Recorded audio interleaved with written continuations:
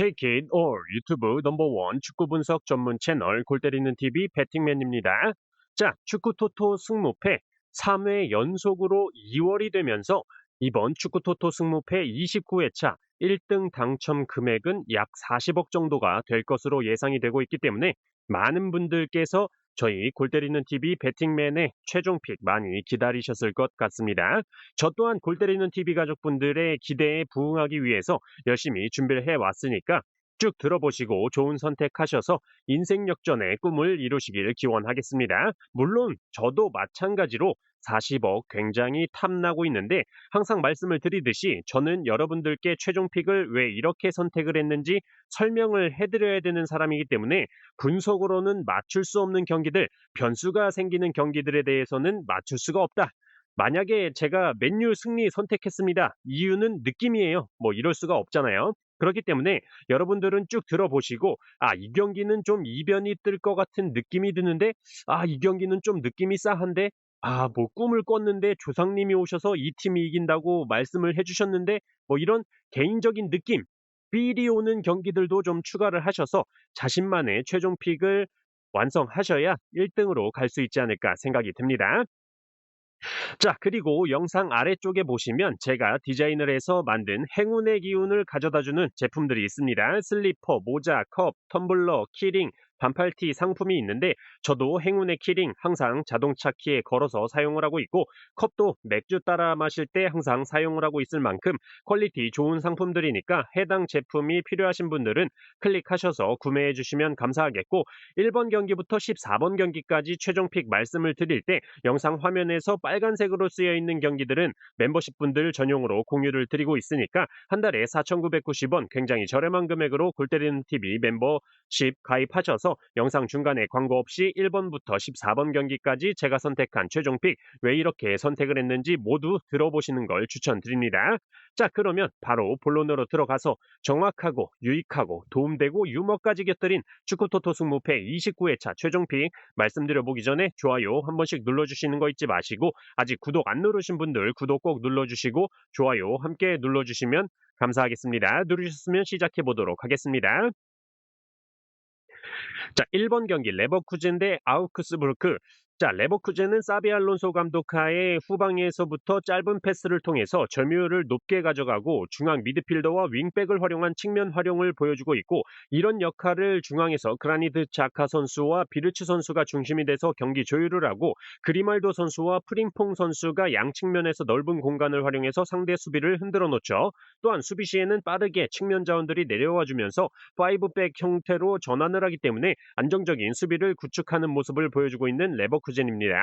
반면에 아우크스부르크의 경우는 이번 시즌 점유율이 17위를 기록하고 있을 만큼 내려서서 플레이를 하고 레버쿠젠이 강팀이기 때문에 5백 형태로 공간을 좁혀서 선수비 후역습의 형태를 보여줄 것으로 예상이 되기 때문에 혹시 모를 무승부가 나오지는 않을까 고민을 많이 했었는데 레버쿠젠의 이번 시즌 세트피스 득점이 분데스리가 공동 1위를 기록 중이라는 점에서 필드골이 수비들에 막힌다고 해도 세트피스 한 방에 득점을 해낼 수 있지 않을까 생각이 들고 아우크스부르크는 내려서서 막고 있다가 롱볼로 역습을 할 텐데 레버쿠젠의 경우가 롱볼 패스 허용을 잘 안 하는 팀에 속하기 때문에 뻥축구 한 번에 실점을 하는 모습은 나오지 않을 것으로 예상을 하고 있습니다. 아우크스부르크가 원정에서 8경기째 무패를 기록 중이긴 하지만 상대했던 팀들이 레버쿠젠처럼 극상위권의 팀들이 아니었기 때문에 이 경기에서 강팀의 면모를 레버쿠젠이 확실히 보여주지 않을까 생각합니다. 레버쿠젠의 단통 승리로 선택을 했어요. 자, 2번 경기 바이에른 뮌헨 대 마인츠 05. 자, 우선 지난 맞대결 당시에 마인츠가 홈에서 바이에른 뮌헨을 상대로 우리나라의 이재성 선수가 멀티골을 성공을 하면서 승리를 했었기 때문에 이변에 대해서 의심을 할 수는 있다라고 생각을 합니다. 다만 이번 시즌 분데스리가 득점 단독 1위를 달리고 있는 해리 케인 선수가 그때 당시에는 출전하지 않았었고 측면 공격을 이끌고 있는 꼬망 선수와 그나브리 선수도 출전을 하지 않았던 경기였죠. 또한 콤파니 감독이 팀이 좋은 분위기 속에서 훈련에 임하고 있으며 부상자 없이 대부분의 선수가 출전 가능하다라고 말을 했기 때문에 부상으로 빠져있던 선수들이 어느 정도 복귀가 가능하지 않을까 생각이 듭니다. 원정팀 마인츠 공후의 경우는 강한 전방 압박과 빠른 전환 플레이를 통해서 상대의 빌드업을 방해하고 역습을 시도하는 팀이고, 중앙을 밀집시켜서 상대의 공격을 차단하고 측면 윙백의 오버래핑을 통해서 공격 기회를 창출하는 팀이라는 걸 콤파니 감독이 정확하게 파악을 하고 있기 때문에 이번 경기에서는 이 경기 이변이 일어날 것 같다라는 생각이 잘 들지가 않습니다. 또한 이번 경기를 통해서 우승을 확정 지을 수도 있는 바이에른 뮌헨이기 때문에 동기부여적으로도 확실한 경기다라고 생각이 들어요. 더군다나 바이에른 뮌헨은 챔스 일정으로 인해서 지속적으로 4일, 2일 간격으로 경기를 치러오다가 이번 경기는 충분히 일주일 휴식을 취하고 홈 경기를 한다라는 점에서 확실히 바이에른 뮌헨의 승리가 예상이 되고, 마인츠의 경우는 최근 경기에서 수비적으로 불안감을 노출을 하면서 리그 5경기째 승리가 없기 때문에 저는 이 경기 바이에른 뮌헨의 단통 승리로만 선택을 해보도록 하겠습니다. 자, 3번 경기 호펜하임 대 도르트문트. 자, 홈팀 호펜하임의 경우는 강등권 탈출을 위한 승점 확보가 절실한 상황이고, 원정팀 도르트문트는 챔스 진출권 확보를 위한 승점 확보가 절실한 상황이기 때문에 두 팀 모두 동기부여가 확실한 경기다라고 보고 있습니다. 일단 호펜하임의 경우는 크라마리치 선수가 하프라인 아래에서 공을 받으면서 패스를 뿌려주는 역할을 하고 있고, 박스 안에서의 득점은 상대적으로 단순한 구조를 보여주고 있죠.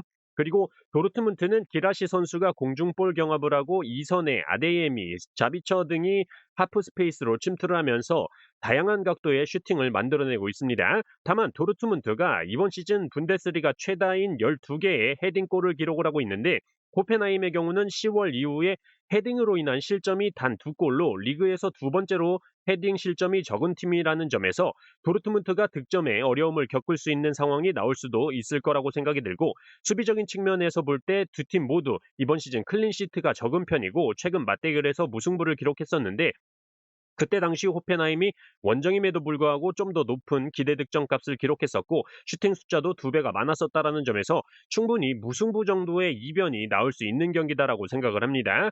다만 도르트문트가 최근 4경기 3승 1무를 기록하면서 경기력 폼이 굉장히 올라왔다라고 보이고, 호펜하임의 경우는 우측면 수비 자원인 젠드레이 선수와 우측면 미들 자원인 톰 비스초프 선수 같은 붙박이 주전 자원들이 출전을 하지 못한다라는 점과, 호펜하임 원정을 가서 도르트문트가 패배를 한 게 2019년까지 거슬러 올라가야 될 만큼 호펜하임 원정에 강했던 도르트문트라는 점에서 저는 이 경기 호펜하임의 무패 투픽으로 선택을 해보도록 하겠습니다.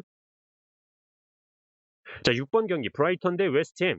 자, 브라이턴의 경우는 파비안 휘르첼러 감독 체제에서 점유율을 가져가면서 측면에 미투마 카오루 선수나 양쿠바 민테 같은 선수들이 빠르고 좋은 측면 활용을 많이 하는 팀이라고 말씀을 드렸었는데, 다만 브라이턴의 전술의 문제점 바로 수비 라인이 높은 점 지적을 해드리면서 공격적인 수비로 상대 진영에서 볼을 뺏으려고 하다 보니까 뒷공간이 허허벌판이 되는 상황이 많다라는 말씀을 드렸었는데, 역시나 지난 브랜드퍼와의 경기에서도 수비 뒷공간을 허용을 하면서 많은 실점을 기록하면서 패배를 했죠. 벌써 5경기째 승리가 없는 브라이턴인데, 원정팀 웨스트햄의 경우도 최근 6경기 동안 승리가 없을 만큼 좋지 못한 결과들을 보여주고 있는데, 다만 웨스트햄의 경우가 상대팀이 점유율을 많이 가져갈 때 볼을 탈취해서 빠르게 역습하는 걸 잘하는 팀이기 때문에 이 경기 분명히 브라이턴이 점유율을 쥐고 경기 운영을 하게 될 텐데, 오히려 웨스트햄에게 역습 찬스를 내주면서 수비 뒷공간을 허용하는 그림이 예상되기도 합니다. 실제 기록으로도 브라이턴은 카운터어택 실점 1위를 기록 중이기도 하죠. 또한 현재 주전 수비 자원들에서 부상이 많기 때문에 수비적으로 불안한 점과 주전 공격 자원인 주앙 페드로 선수가 퇴장 징계로 출전을 하지 못하기 때문에 이 점 역시 불안한 점이다라고 말씀을 드리고 싶습니다. 다만 양팀의 맞대결 전적상 브라이턴이 좀 더 우세한 기록을 보여주고 있기 때문에 저는 이 경기 브라이턴의 승무패로 지우개 찬스 쓰도록 하겠습니다. 자, 7번 경기 뉴캐슬 대 입스위치. 자, 이번 축구 토토 승무패 29회 차에서 가장 높은 투표율 1위가 바로 뉴캐슬의 승리에 몰리고 있죠. 당연히 지난 맞대결에서도 뉴캐슬이 0대4로 대승을 기록했었고, 이번에는 더군다나 홈에서 경기를 치르게 되는 뉴캐슬이기 때문에 무난한 뉴캐슬의 승리를 예상할 수가 있습니다.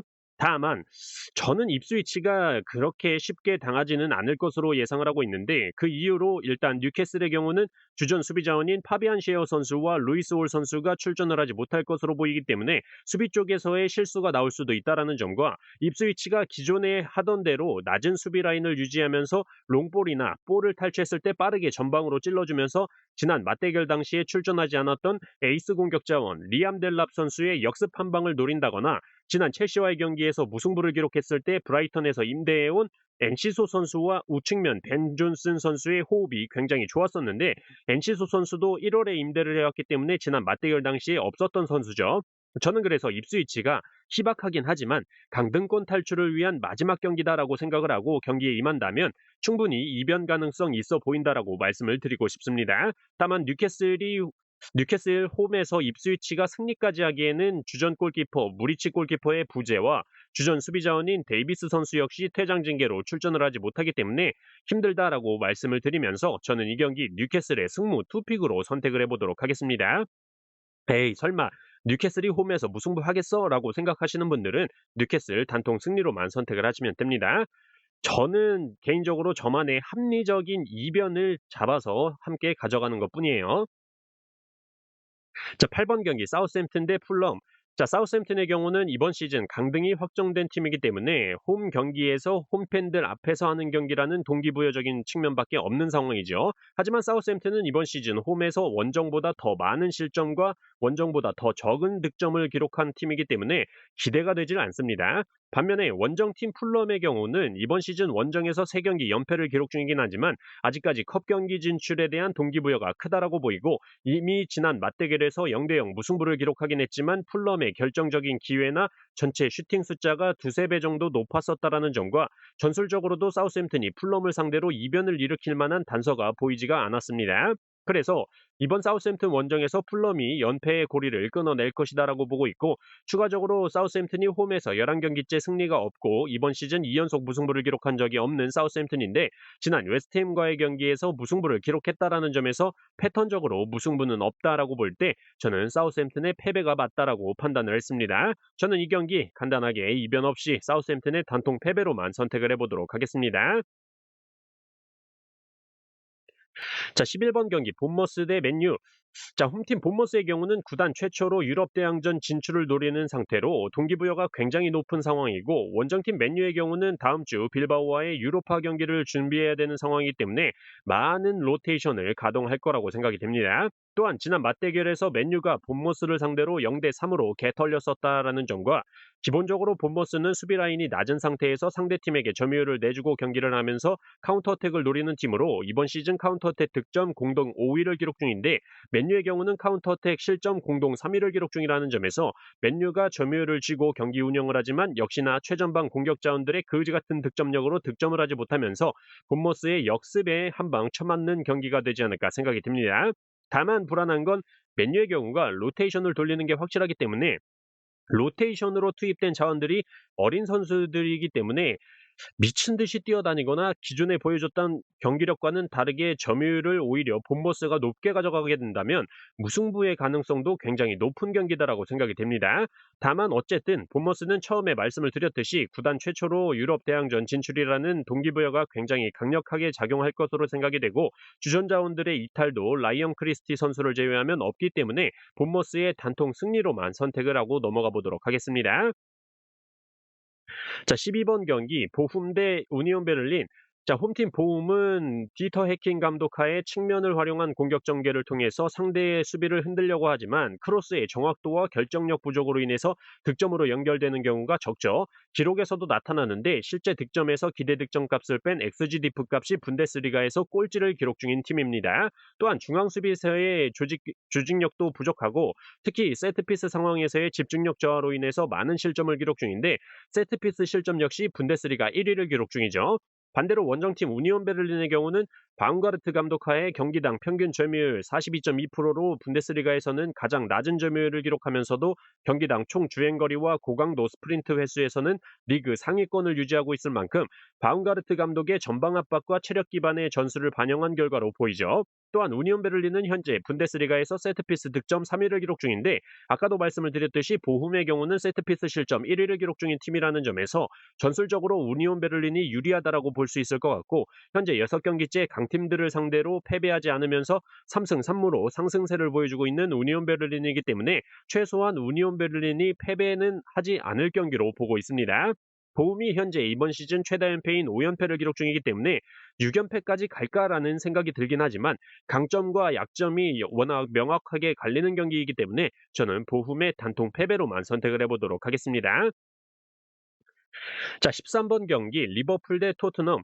자, 리버풀의 경우는 슬롯 감독 하에 이번 시즌 굉장히 좋은 경기력을 보여줬고 이 경기에서 최소 무승부 이상만 기록을 해준다면 남은 경기에 상관없이 프리미어리그 우승을 차지하게 되는 경기입니다. 그렇기 때문에 리버풀은 홈구장인 안필드에서 가득 찬 홈팬들 앞에서 우승 세레머니를 할 수 있는 절호의 기회라서 리버풀은 전력을 다해서 이 경기 무승부가 아닌 승리를 위해 뛸 것으로 생각이 됩니다. 반대로 토트넘의 경우는 이번 시즌 포스테코글루 감독의 똥꼬집 전술과 중간중간 주축 자원들의 부상 이탈로 전력 손실이 컸었기 때문에 폭망한 경기력으로 현재 리그 16위까지 떨어져 있는 상황이죠. 그렇기 때문에 사실상 토트넘은 리그를 과감하게 포기하고 다음 주 보데글린과의 유로파 4강 경기에 더 집중을 해야 되기 때문에 주전 자원들을 빼고 로테이션을 과감하게 돌릴 것으로 생각이 됩니다. 결과적으로 토트넘이 리버풀 원정에서 마지막으로 승리를 기록한 적이 2011년으로 무려 14년 전이기 때문에 리버풀 원정을 갔을 때 유독 약한 모습을 보이고 있는 토트넘이 주전 자원들도 빼고 로테이션을 돌리는 상황이라면 결과가 뻔하지 않을까 생각이 들고, 또한 리버풀은 홈팬들 앞에서 리그 우승 세레모니를 할 수 있는 절호의 기회이기 때문에 풀전력으로 경기에 임할 것이고 딱히 주전 자원들의 이탈도 없는 상황이기 때문에 선택지도 많은 리버풀이죠. 기본적인 전술 자체도 토트넘은 측면 풀백들이 미들라인 안쪽으로 들어오면서 빌드업을 하기 때문에 공을 뺏겼을 때 측면 수비 뒷공간에 대한 리스크가 많이 생기는데, 리버풀의 양측면 디아즈, 살라 같은 빠른 스피드를 가진 선수들을 과연 토트넘이 막아낼 수 있을까 생각이 듭니다. 이 경기는 리버풀이 프리미어리그 우승을 확정지을 수 있는 경기로 리버풀의 단통 승리로 선택을 해보도록 하겠습니다. 자, 이렇게 축구 토토 승무패 29회 차에 들어온 모든 경기들에 대해서 말씀을 드려봤습니다. 참고하셔서 골 때리는 TV 가족분들 좋은 결과 있으셨으면 좋겠습니다. Take it all.